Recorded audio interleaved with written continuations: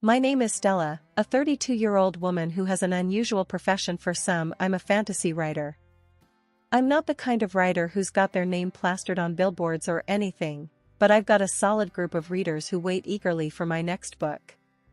I'm no J.K. Rowling or Stephen King, but I've carved out my own little corner in the world of fantasy literature. I've always been ambitious, always looking forward. I've never been one to settle for less, and I've worked hard to get where I am. Writing is my passion, my calling. It's what I was meant to do. There's something magical about creating new worlds, about bringing characters to life. It's hard work, but it's worth it. My husband, Mark, is a trader. He's not one of those Wall Street guys, but he works for a reputable trading company. He's good at what he does, and he's proud of it. We've built a comfortable life together. We're not rich, but we have everything we need. Mark is a practical man, always grounded in reality. He's the kind of guy who prefers numbers and facts over fantasies and dreams.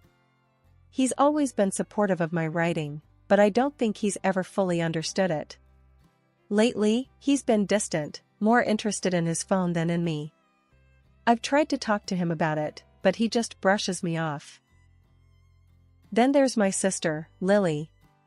She's 22, a whole decade younger than me, and she's still in college. Lily is studying to be a psychologist. She's always been fascinated by the human mind, by what makes people tick. She's bright, ambitious, just like me. I've always been proud of her, always supported her. I've even been paying for her tuition. I thought we had a strong bond, but I was about to find out just how wrong I was. My parents, they're simple, hard-working people. They've always done their best to provide for us. They're not perfect, but they're my family. They've always been there for me, through the ups and downs. I could always count on them. Or so I thought. Life was going okay, I guess. I was busy working on my next book, juggling household chores, and trying to keep my marriage from falling apart. I was stressed, sure, but I thought it was just a phase, something we'd get through. Mark and I began to move away from each other. Each day was the same.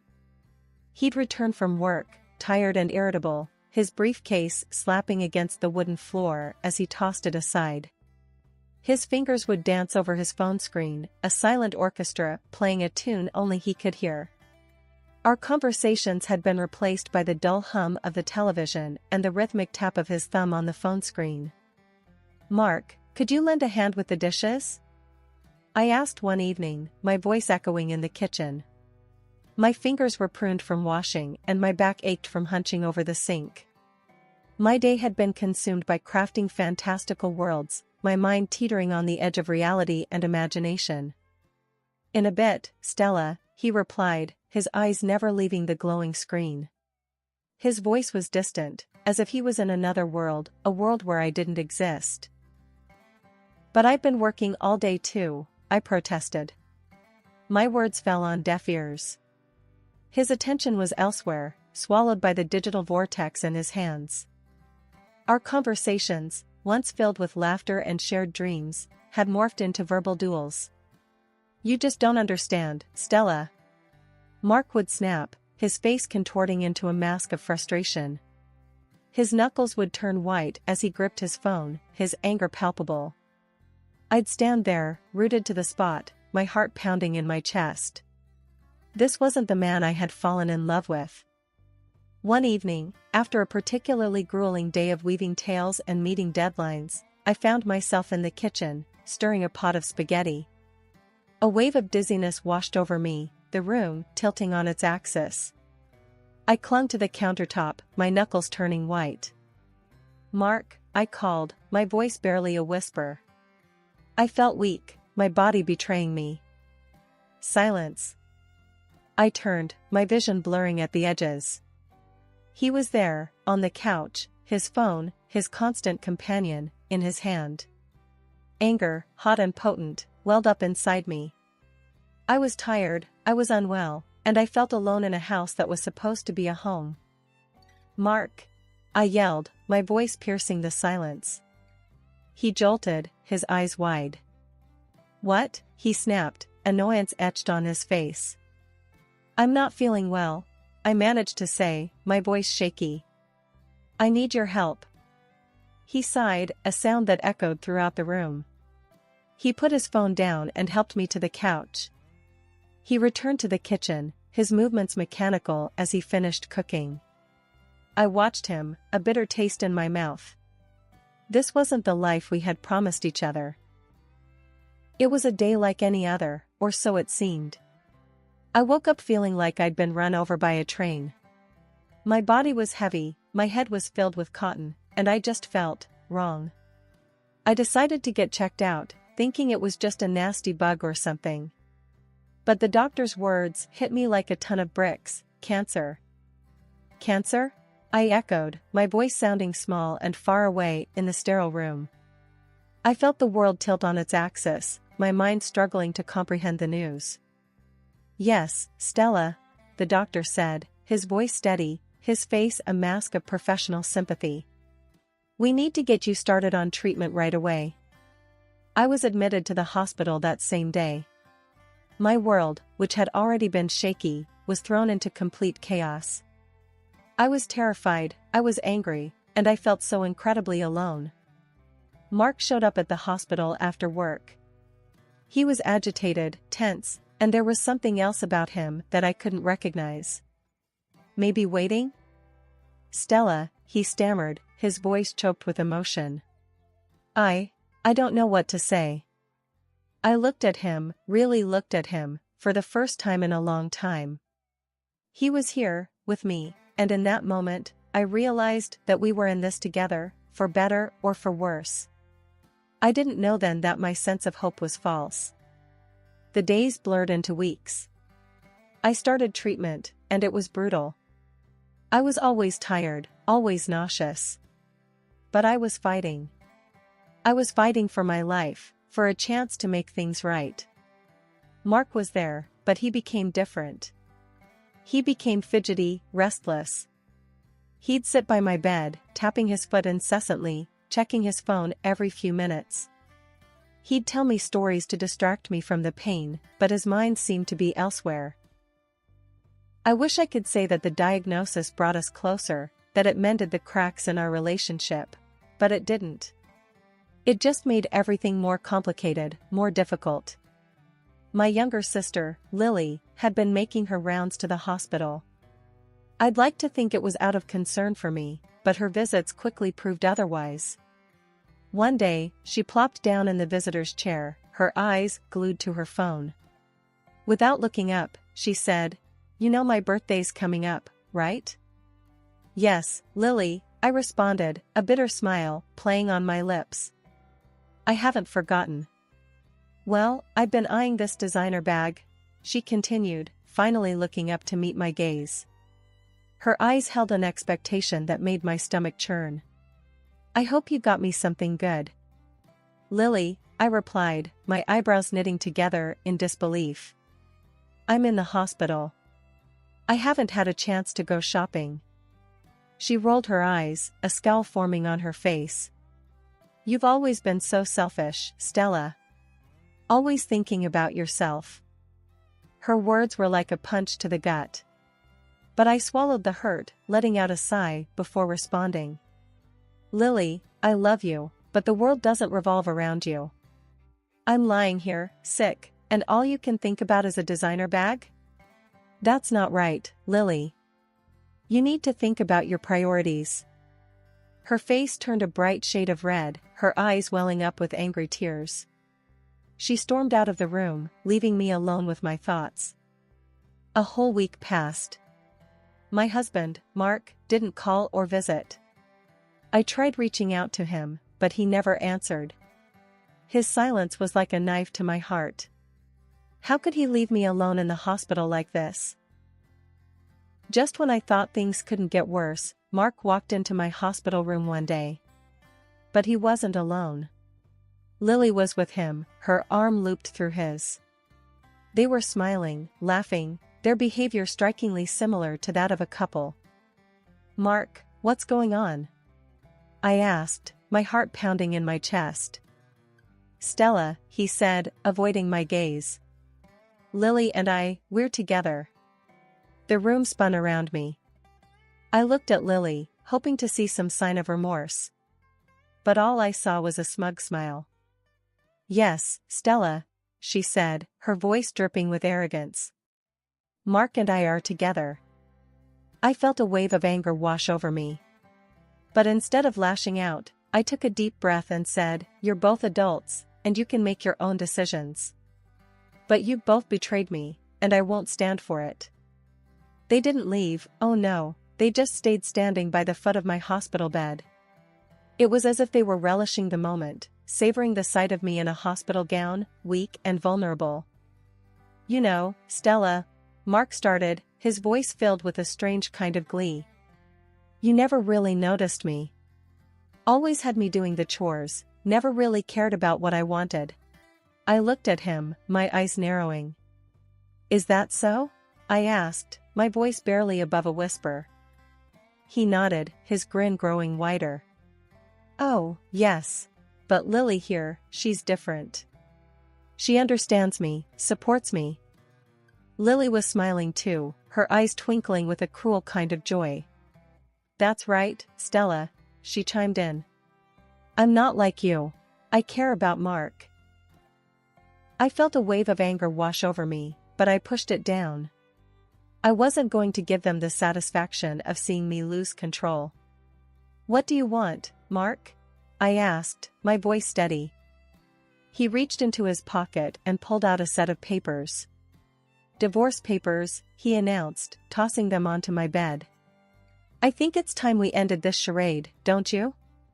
I picked up the papers, my eyes scanning over the words. Divorce. So, this was it. This was the end. I reached for a pen and signed the papers, my hand steady. Mark looked surprised. That's it? He asked, his voice filled with disbelief. You're not going to fight it? I shook my head, tossing the papers back at him. No, Mark. I'm not going to fight it. You and Lily deserve each other. Lily let out a laugh, a cruel, mocking sound. Well, Stella, she said, her voice dripping with sarcasm. At least now I get to live in your house. I felt a pang of hurt, but I didn't let it show. Get out, I said, my voice cold. Both of you. Get out of my room. They left, their laughter echoing down the hallway. As soon as they were gone, I reached for my laptop. I logged into my bank account and canceled the tuition payment I had made for Lily's college. She wanted to betray me? Fine, but she wasn't going to do it on my dime. Next, I blocked our shared bank account. Mark had made it clear that he didn't want to be with me anymore. Fine, but he wasn't going to get access to my money. Finally, I called my lawyer. I need you to prepare the documents for the division of property, I said, my voice steady. Mark and I are getting a divorce. My lawyer was silent for a moment, but then he said, I'm sorry to hear that, Stella. I'll get everything ready as soon as possible. As I hung up the phone, I felt a strange sense of relief wash over me. I was free. Free from Mark, free from Lily, free from their betrayal. It was a bitter kind of freedom, but it was freedom nonetheless. But I wasn't going to let them break me. I was stronger than that. I knew then that I had to focus on my recovery, not just for my sake, but to show them that I was more than just a sick woman lying in a hospital bed. I was Stella, and I was a fighter. The hospital room was a whirlwind of activity. Doctors and nurses bustled about, their voices a constant hum in the background. Machines beeped and whirred, their noises a stark reminder of the battle I was fighting. A battle against a disease that was as relentless as it was ruthless. In the midst of all this chaos, my phone rang. The caller ID showed my parents' number. I hesitated for a moment before answering. Hello? I said, my voice barely above a whisper.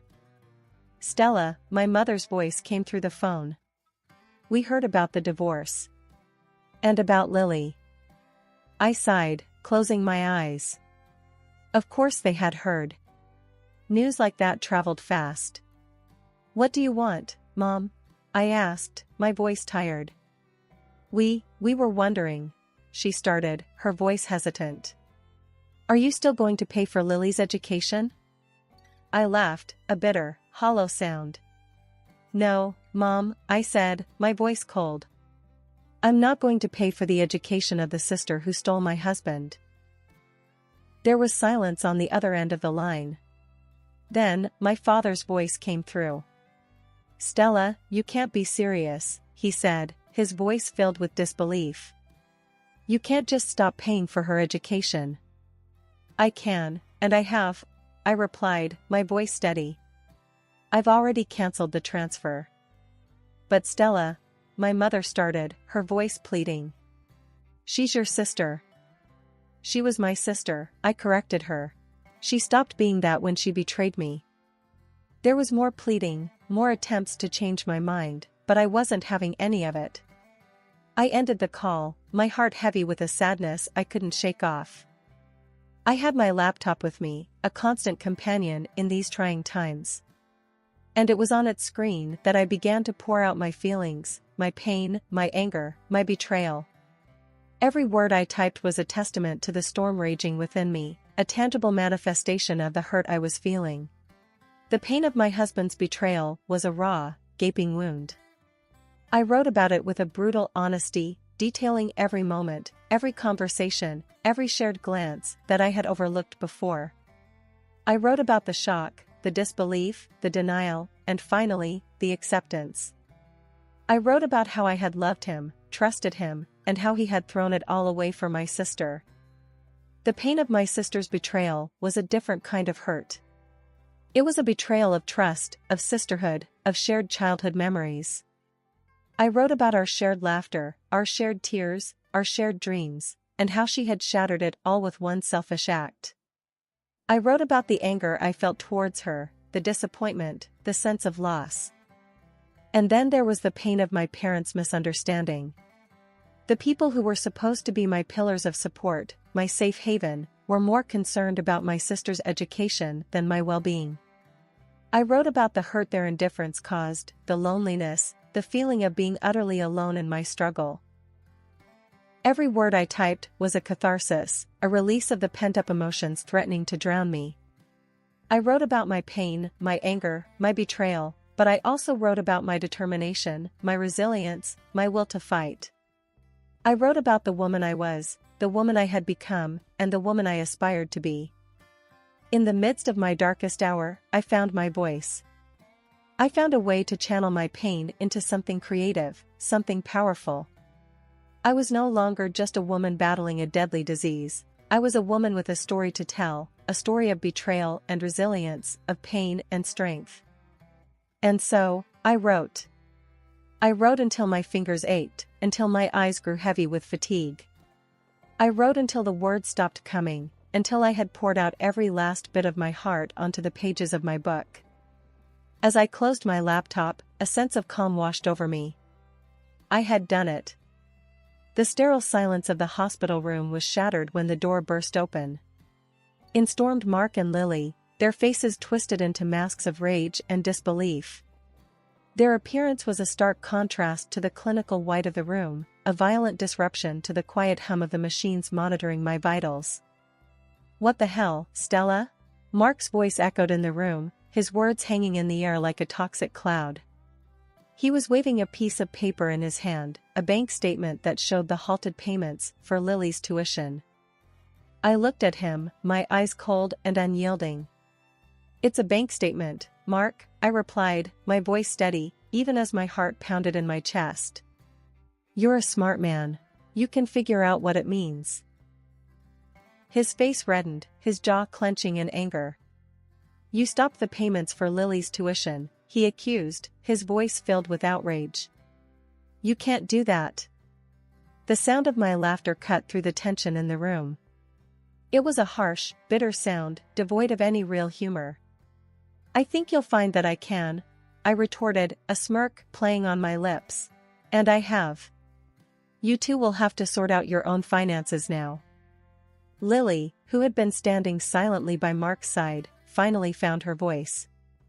Stella, I need that money, she pleaded, her eyes wide with desperation. I can't finish my degree without it. I turned my gaze to her, my eyes hard. Well, Lily, I replied, my voice icy. You should have thought about that before you decided to betray me. Actions have consequences. Mark was fuming now, his fists clenched at his sides. You can't do this to us, Stella, he growled, his voice low and threatening. I raised an eyebrow, unfazed by his anger. I think you'll find that I can, I told him, my voice calm and steady. And just so you know, I'm selling our house. So, I suggest you start looking for a new place to live. The room fell into stunned silence, the only sound being the steady beep of the heart monitor. Mark and Lily stood there, their faces a picture of shock and disbelief. The reality of their situation was finally sinking in. Without another word, they turned and left, their footsteps echoing down the hospital corridor. The door closed behind them with a soft click, restoring the room to its previous silence. As I settled back into the hospital bed, a sense of relief washed over me. I had done it. I had stood up to them, stood up for myself.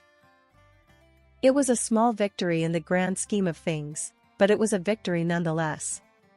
And as I closed my eyes, a small smile played on my lips. I was taking control of my life again, and it felt good. Months had passed since the confrontation with Mark and Lily. The bitterness of their betrayal had faded, replaced by a sense of peace and contentment I hadn't felt in a long time. I was cancer-free, the disease that had once threatened to take everything away from me now just a distant memory. I sat in my new house, a quaint little place that I had bought with the profits from my book. It wasn't as grand as the house I had shared with Mark, but it was mine. Every inch of it was a testament to my survival, my victory. My book, a tell-all about my journey, was a hit. People loved it, and the royalties were rolling in. I had even been featured on a couple of talk shows, sharing my story with the world. It was surreal, the way my life had turned around. One day, as I was sipping coffee in my kitchen, the doorbell rang.